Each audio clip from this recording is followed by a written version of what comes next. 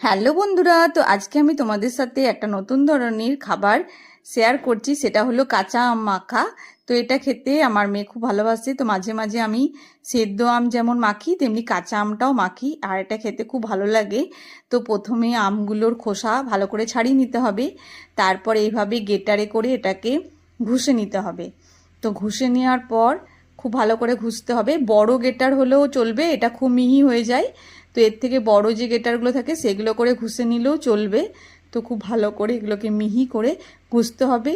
আর এটা খেতে সত্যি খুব ভালো লাগে। তোমরা যারা খেয়েছো তারা জানবে, আর যারা খাওনি তারা একবার বানিয়ে দেখো, খুব ভালো লাগবে। তো খুব ভালোভাবে ঘষে নিলাম, দেখতে পাচ্ছ একদম। এরপর আঠিগুলো ফেলে দেব।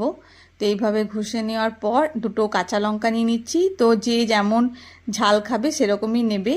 তো আমার আমগুলো খুব ছোট বলে কমই নিলাম।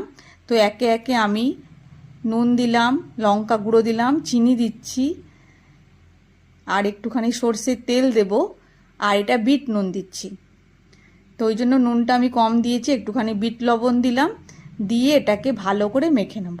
এটা খুবই সোজা।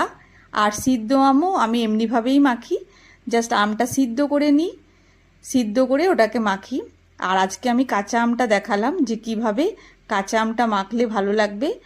আর এটা আমি মিহি গ্রেটারেই করি, কারণ এটাতে খুব তাহলে ভালো মিহি হয়ে যায়। আর এটা খাবার একটু আগেই করি, বেশিক্ষণ আগে করি না, খাওয়ার একদম আগে আগেই করি। তাহলে কি হয়, ভালো লাগে।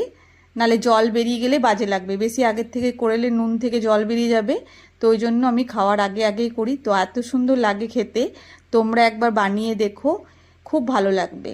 আমি তো এটা ভাত দিয়েও খাই, আবার আমার মেয়ে তো শুধু শুধুই খেয়ে নেবে। তো খুব ভালো লাগবে, তোমরা যারা খাওনি একবার করো।